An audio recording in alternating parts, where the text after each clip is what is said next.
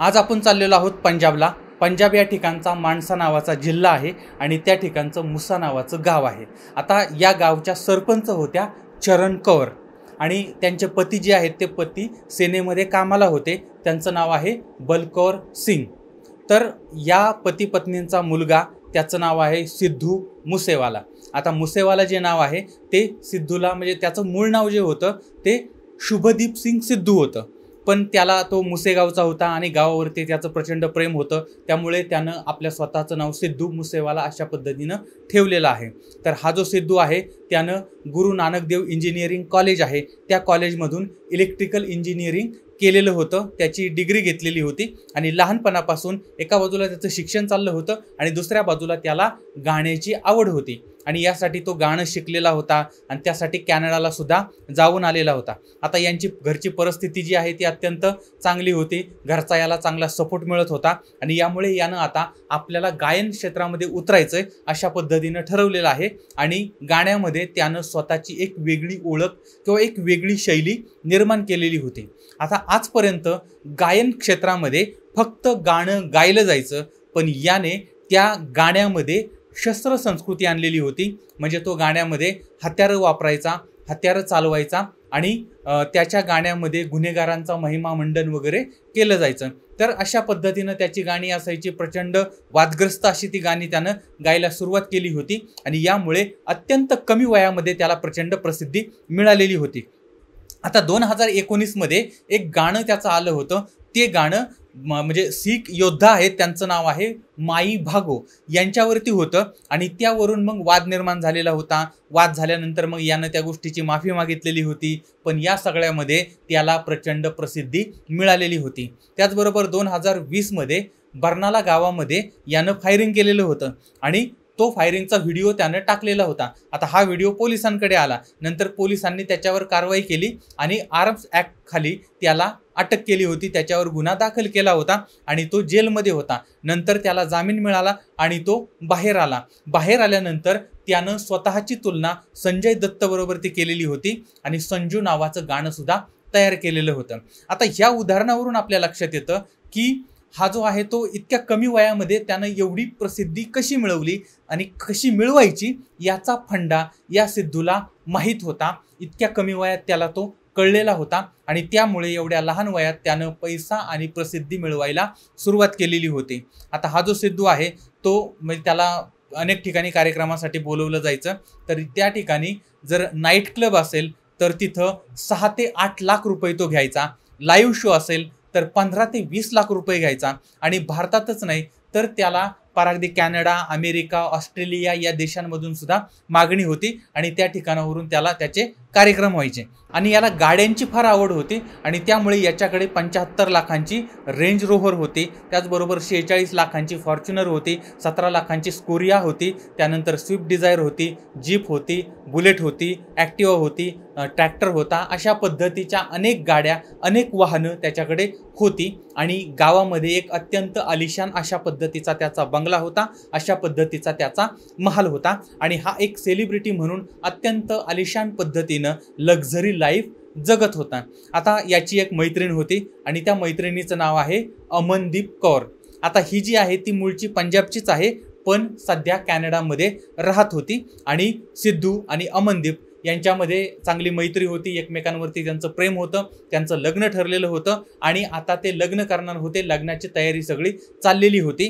पण सिद्धूला राजकीय करिअर करायचं होतं, त्याला राजकारणामध्ये उतरायचं होतं आणि त्यावेळेस विधानसभेच्या निवडणुका पंजाबमध्ये लागलेल्या होत्या आणि म्हणून त्यानं सांगितलं की लग्न आपण निवडणुका झाल्यानंतर करूया आणि यानं त्या मानसा भागामध्ये निवडणुकीची तयारी करायला सुरुवात केली होती आणि यासाठी लग्न वगैरे लांबणीवरती पडलं होतं आणि या सगळ्या काळामध्ये मग त्या ठिकाणी काँग्रेस पार्टीनं त्याला तिकीट दिलं आणि सिद्धू निवडणुकीला आमदारकीला उभा राहिला। त्याच्या विरोधामध्ये आम आदमी पार्टीचे डॉक्टर विजय सिंगला हे उभे राहिलेले होते। आता या ठिकाणी विजय सिंगला यांना 1,23,000 मते पडली, तर सिद्धू यांना 36,700 मतं पडलेली होती आणि 63,000 मतांनी सिद्धूचा पराभव झालेला होता.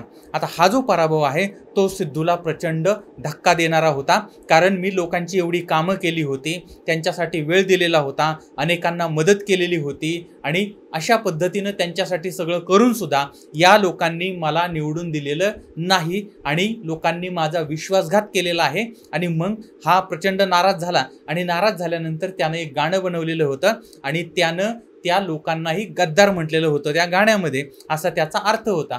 तर अशा पद्धतीनं तो गाण्यातनं आपली प्रतिक्रिया व्यक्त करत होता. आता सिद्धू मुसेवाला एका बाजूला गायक होता, गायक म्हणून प्रसिद्ध होता, दुसऱ्या बाजूला राजकारण करत होता, राजकारणामध्ये त्यानं एंट्री घेतलेली होती, काँग्रेस पार्टीचं काम करत होता आणि तिसऱ्या बाजूला हा गँगस्टर बरोबरती याचे जवळचे संबंध आहेत अशा पद्धतीचे त्याच्यावर आरोप होत होते.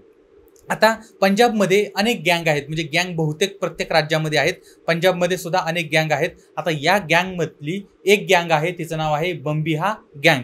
आता ही जी बम्बिहा गँग आहे त्या गँगबरोबरती याचे संबंध आहेत अशा पद्धतीचा आरोप याच्यावर होत होता आणि याच गँगनं स्वतः सोशल मीडियावरती पोस्ट करून सांगितलं होतं की सिद्धू मुसेवाला आणि बम्बिहा गँग यांचा काहीही संबंध नाही, पण तरी पण त्याच्यावरती आरोप मात्र होत होते. आता साधारणपणे 1 वर्षापूर्वीची गोष्ट आहे.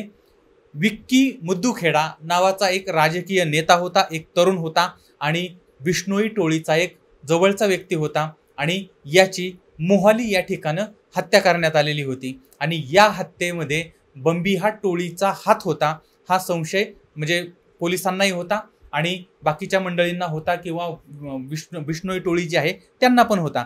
आता यावेळेस दिल्ली पोलीस ॲक्टिव्ह झालेले होते आणि त्यांनी काही शूटर ताब्यात घेतले होते आणि त्या शूटरकडून पोलिसांनी माहिती घेतली. त्यावेळेस शगुनप्रीत नावाचं एक नाव समोर आलं होतं. आता हा जो शगुनप्रीत आहे तो सिद्धू मुसेवाला याचा मॅनेजर होता आणि हा मॅनेजर विक्की हत्याकांड जे आहे त्या हत्याकांडामध्ये सामील होता, रेकी करत होता, प्रचंड मदत मारेकऱ्यांना केलेली होती आणि याच मॅनेजरला सिद्धूनं मदत केली आणि आपलं राजकीय वजन वापरलं आणि त्या मॅनेजरला ऑस्ट्रेलियाला पळवून लावलं असा आरोप बिश्नोई टोळीनं सिद्धूवरती केलेला होता. त्याचबरोबर ती अनेक अशा गोष्टी होत्या की ज्यामुळे बिश्नोई टोळीच्या निशाण्यावरती सिद्धू होता. आता बिश्नोई टोळीचा जो म्हणजे त्या गँगचा जो गँगस्टर आहे किंवा त्या गँगचा जो प्रमुख आहे त्याचं नाव आहे लॉरेन्स बिश्नोई. हा जो लॉरेन्स आहे तो तिहार जेलमध्ये होता आणि त्यानं विकी हत्याकांडानंतर धमकी दिलेली होती की तुम्ही जर आमचा एक मारला तर आम्ही तुमचे 4 मारू आणि यावेळेस सिद्धू मुसेवाल्यानं सुद्धा याला प्रत्युत्तर दिलेलं होतं. आणि शिवाय लॉरेन्स जो आहे त्याचा कॅनडामधला एक साथीदार आहे, त्याचं नाव आहे गोल्डी. तर या गोल्डीच्या भावाची म्हणजे गुरुलालची सुद्धा हत्या करण्यात आलेली होती आणि यातही मुसेवाल्याचा हात आहे असा संशय लॉरेन्सला होता, बिश्नोई टोळीला होता आणि याच्यातूनच सिद्धू मुसेवाला याच्या हत्येचा प्लॅन करायला सुरुवात झालेली होती. तिहार जेलमध्ये याचा कट शिजलेला होता आणि गोल्डीनं कॅनडामधून सगळी सूत्र हलवलेली होती आणि सिद्धू मुसेवाला याची आता रेकी करायला सुरुवात झालेली होती आणि यासाठी एक महत्त्वाची जबाबदारी दिली होती, ती होती केकडावरती, केकडा नावाच्या एका तरुणावरती. आता हा जो केकडा आहे तो हरियाणा या ठिकाणचं सिरसा आहे, त्या ठिकाणचं कालावाली हा भाग आहे, या भागामध्ये राहणारा संदीप उर्फ केकडा. आता याला काही थोडेफार पैसे अशी माहिती समोर आली की त्याला 10-15 हजार रुपये दिले होते आणि त्याला हेही रेकी करायला सांगितलेलं होतं. आता एक्झॅक्ट नक्की काय आहे ते आपल्याला समोर पुढं नंतर कळेल. तर हा जो केकडा आहे त्या केकडाची मुसा गावामध्ये मावशी होती आणि त्या शेजारच्या गावामध्ये याची बहीण दिलेली होती आणि त्यामुळे हा केकडा त्या ठिकाणी जायचा, मावशीकडे जायचा, बहिणीकडे जायचा आणि मुसेवाल्याची रेकी करायचा. आपण मुसेवाल्याचा प्रचंड मोठा फॅन आहोत अशा पद्धतीनं तो दाखवायचा आणि त्याचा जो स्वप्नोका महाल होता म्हणजे मुसे गावामध्ये जो मुसेवाल्याचा बंगला होता तो बंगला, तो त्याला बंगल्याला स्वप्नोका महाल म्हणायचा, हा माझा स्वप्नांचा महाल आहे.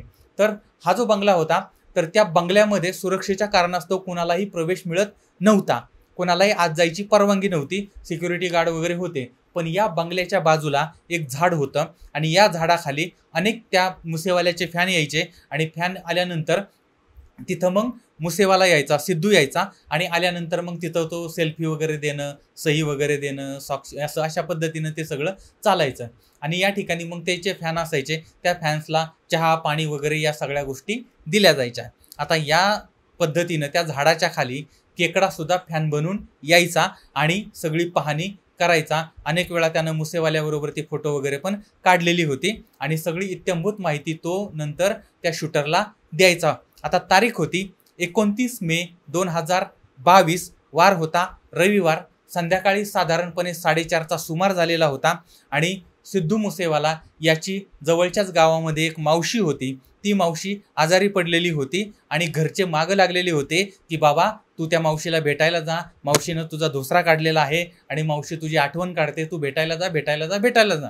आणि नंतर मग ह्याला मुहूर्त मिळाला. हा म्हटला ठीक आहे, आज मी भेटायला जातो. म्हणजे रविवारचं भेटायला जायचं त्याचं ठरलेलं होतं. आणि या सिद्धूचे 2 मित्र होते त्या ठिकाणी, गुरुविंदर सिंग आणि गुरप्रीत सिंग.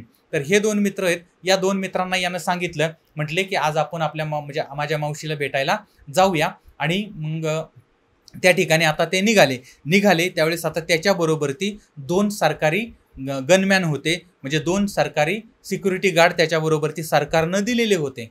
आणि ह्याची गाडी जी आहे ती पजेरो गाडी होती आणि ती बुलेट प्रूफ गाडी होती. पण ज्यावेळेस हे निघाले त्याच वेळेस नेमकी ही पजेरो गाडी जी आहे ती पंक्चर झालेली होती. आणि मग मुसेवाल्यानं त्याची जीप आहे, थार जीप, ती थार जीप त्यानं काढली आणि त्या गाडीमध्ये तो बसलेला आहे. पण ती गाडी जी आहे बुलेट प्रूफ गाडी नव्हती. त्यानंतर त्या गाडीमध्ये बसायलाही जास्त जागा नव्हती आणि यामुळे ही जी गाडी आहे, ही जी जीप आहे, ती जीप स्वतः मुसेवाला चालवायला म्हणजे सिद्धू चालवायला बसला. त्याच्या बाजूला त्याचा एक मित्र बसला, त्याच्या पाठीमागं त्याचा दुसरा मित्र बसला आणि यांनी त्या गार्डला सांगितलं की आता तुम्ही घरीच थांबा, आम्हाला जवळच जायचंय, जातो आणि माघारी येतो, थोड्या वेळामध्ये आम्ही माघारी येतो. आणि मग ही गाडी जी आहे ती त्या ठिकाणावरून निघालेली आहे, म्हणजे मुसेवाला जो आहे तो ती गाडी घेऊन निघालाय. आता या ठिकाणी हा जो केकडा आहे तो त्या ठिकाणीच उपस्थित होता आणि त्यानं पाहिलं की यांची जी गाडी आहे ती साधी जीप आहे आणि ती बुलेट प्रूफ गाडी नाही आणि ह्याच्याबरोबर ती बॉडीगार्ड नाही आहेत, याच्याबरोबर ती शस्त्र नाही आहेत. आणि ही खबर केकडानं जे शूटर होते, टपून बसलेले होते, मारेकरी होते, त्या मारेकऱ्यांना दिली. ते मारेकरी सावध झालेले आहेत आणि इकडं मुसेवाल्याची गाडी जी आहे ती त्याच्या बंगल्यातून बाहेर पडलेली आहे. आता ती घरातनं बाहेर पडली, बंगल्यातनं बाहेर पडली, काही अंतरावरती गेली आणि त्यावेळी एक कोरोला गाडी त्यांच्या पाठीमागून येताना त्यांना दिसली किंवा आरशामध्ये वगैरे ते पाहिलं. त्यावेळेस मग एका मित्राला शंका आली की अरे ही जी पाठीमागून गाडी येते ती गाडी आपला पाठलाग तर करत नाही ना. त्यावेळेस त्या सिद्धूनं सांगितलं, म्हटलं की अरे हे माझ्या रोजचंच आहे बाबा. म्हणजे काय होतंय, कुणीतरी फॅन असतो आणि तो फॅन मग पाठीमागं पाठलाग बेटलाग करतो आणि मग जवळ आला की मग सेल्फी वगैरे घेतो, फोटो बिटो काढतात आणि त्याच्यानंतर निघून जातात. अशा पद्धतीनं हे जे आहे ना, हे फॅन मला त्रास देत असतात, असं तसं त्यांचं ते बोलणं चाललेलं होतं. आणि ही मागून येणारी गाडी सुद्धा फॅनचीच असणार आहे आणि ती मागची गाडी जी होती ती गाडी यांचा पाठलाग करत होती, यांची गाडी पुढे चाललेली होती. आणि यावेळेस रस्त्याला 2 फाटे फुटले आणि मुसेवाल्यानं त्याची गाडी जी आहे ती डाव्या बाजूला वळवली आणि मागची गाडी जी आहे ती उजव्या बाजूला वळवली गेली आणि यांचा पाठलाग जो आहे तो थांबला.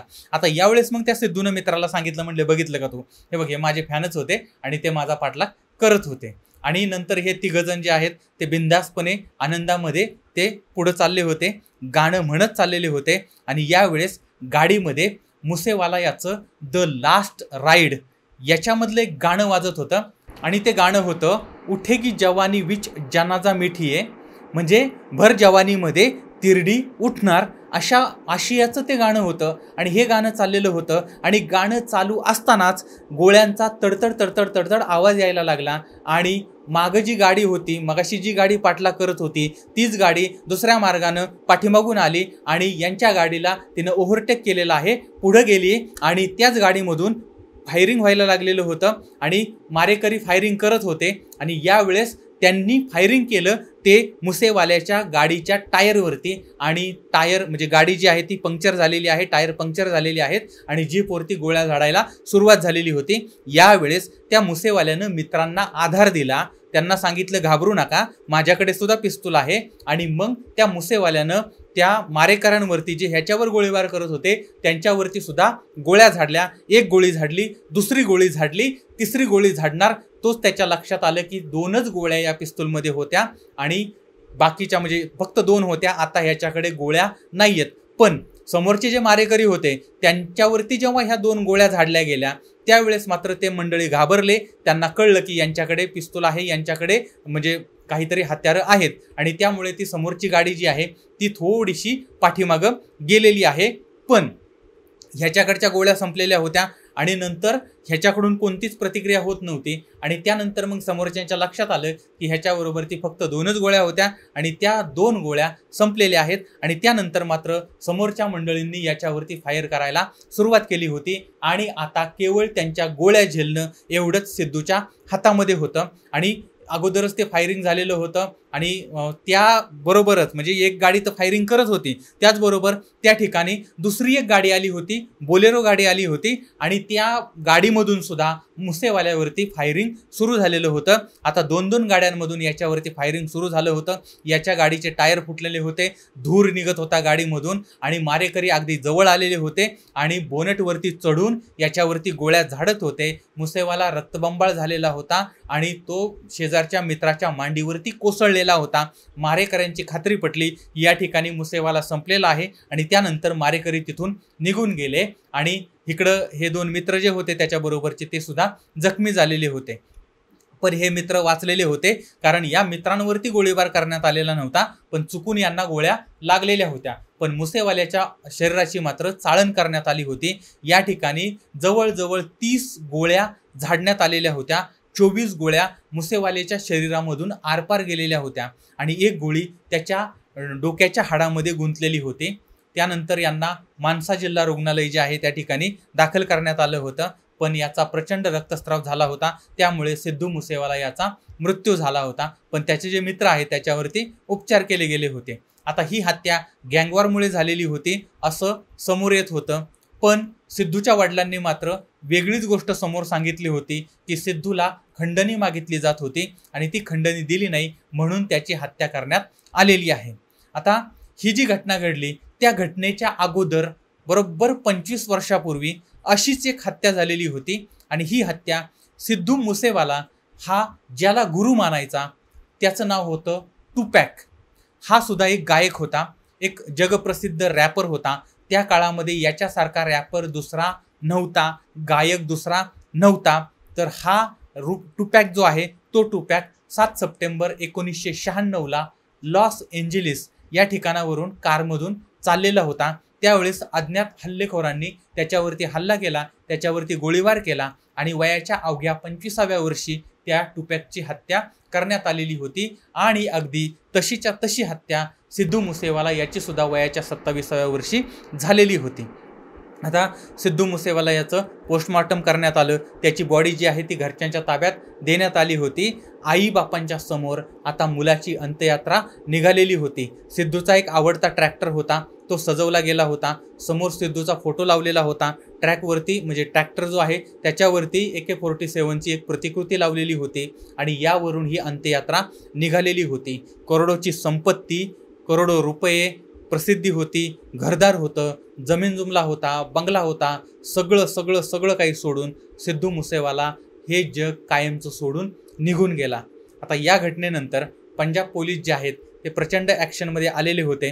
त्यांनी अनेक राज्यांमध्ये तपास केला, शोध घेतला, अनेक संशयितांना ताब्यात घेतलं होतं आणि महाराष्ट्रामधल्या 2 जणांचा याच्यामध्ये समावेश होता. पुण्याचा संतोष जाधव आणि सौरभ महाकाल या दोघांना सुद्धा या हत्याकांडाबद्दल ताब्यात घेतलेलं होतं. आणि हे धागेदोरे जे आहेत ते पार अगदी महाराष्ट्रापर्यंत आणि पुण्यापर्यंत पोहोचलेले होते. आणि हे हत्याकांड याचा अजून तपास चाललेला आहे आणि वेगवेगळी माहिती रोज समोर येते आहे. आणि जे काय अपडेट असतील, आता काय करूया, आता हा एक व्हिडिओ झाला, याच्यानंतर अजून एक काही दिवसानंतर जी माहिती आपल्याला येईल, अपडेट येतील, तर त्याच्यावरती अजून एक वेगळा व्हिडिओ या विषयावरती आपण बनवूया आणि याच्याबद्दलची अजून डिटेल पुढच्या म्हणजे पुढच्या नंतरच्या एखाद्या व्हिडिओ देण्याचा मी प्रयत्न करेल. जी नवीन माहिती येते ती त्याच्यामध्ये आपण ॲड करूया. तर आता याबद्दल तुम्हाला काय वाटतंय ते सुद्धा मला जरूर कळवा. पुन्हा भेटूया उद्या रात्री 8:30 वाजता एका नवीन क्राईम स्टोरीमध्ये. तोपर्यंत धन्यवाद.